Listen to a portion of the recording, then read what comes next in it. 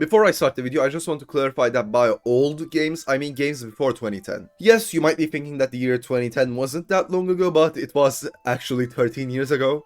So I play a lot of old games, whether it be on my PC, on the PS2, or even the SNES. I really like playing them. Even though I wasn't around when most of these games were released, they just have that old game charm to them. You know, just by playing the game, you can instantly tell that most were made with care and love. But even though I like playing older games, whenever I recommend them to someone, they have a 50% chance of declining because it's old. And just because it's old, for no reason. And in this video, my aim is to talk about why you shouldn't decline when a friend asks you to try out older games. I want to start out by giving an example from two of my favorite games of all time, and they are conveniently old games: Persona 3 and Devil May Cry 3. Starting with Persona 3, most of the people watching this video have probably heard of Persona 5, and you have probably played it or at least tried it. But what if I were to tell you that there was another Persona game with a better story? Yeah, you will probably believe me, since most of the people agree on Persona 3 having the best story. I first played Persona 5, and my opinion on the game was just, it's good. Don't get me wrong, the combat and art style are great, but the story is just meh in my opinion. And yes, I know that what I just said can be viewed as a death sentence since the Persona 5 fanbase is kind of rabid. After finishing it, my friend recommended Persona 3 to me, so I decided to play it as well. My thought process going into it was, it is probably just another JRPG, it'll probably suck.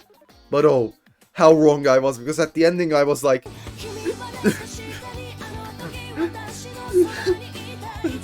Don't worry, I won't spoil the ending or the game, but it is that impactful and the story is extremely well written, even though the gameplay can get repetitive at times. Actually, it's the exact opposite of Persona 5, an extremely good story but pretty repetitive gameplay. I should probably get to Devil May Cry 3 now. I played Devil May Cry 3, which I will be referring to as DMC from now on, a year ago, and I loved it, especially its story. After playing DMC 3, I decided to try out DMC 5.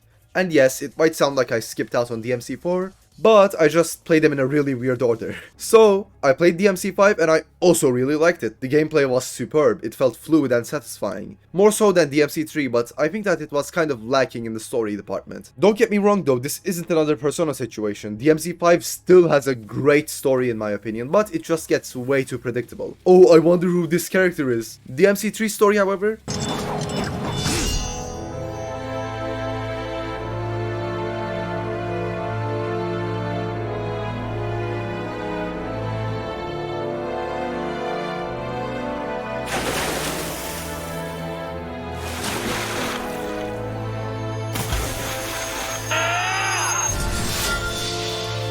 It is not only the ending though. I feel like DMC3 actually flows like a story should, and I didn't really expect the ending at all. Not only did I not expect the ending, I also did not expect Virgil to kick my ass this hard. So why did I talk about these two games? Well, because I think that there are a lot of good stories to be found in old games. Some even being better than modern games. And by people putting off playing these old games, they are missing out on some of the best video game stories ever written. Also, yes, this is why I play a lot of older games as well. But I should probably get to the root cause of why people put off playing old games.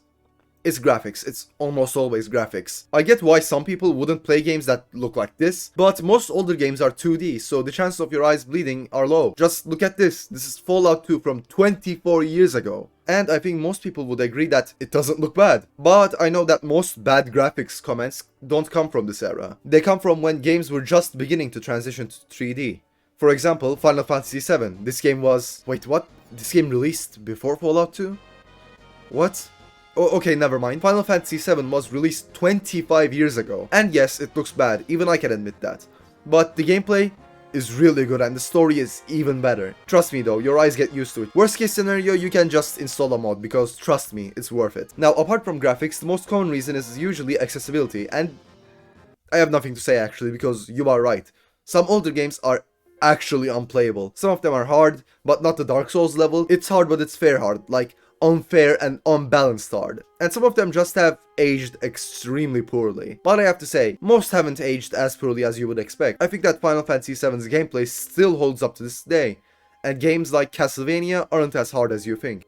So, in conclusion, give them a chance. Most of them have been ported to PC anyways, and you can refund them if you think they aren't for you. Thanks for watching. If you enjoyed this video, I would really appreciate it if you could subscribe. Goodbye.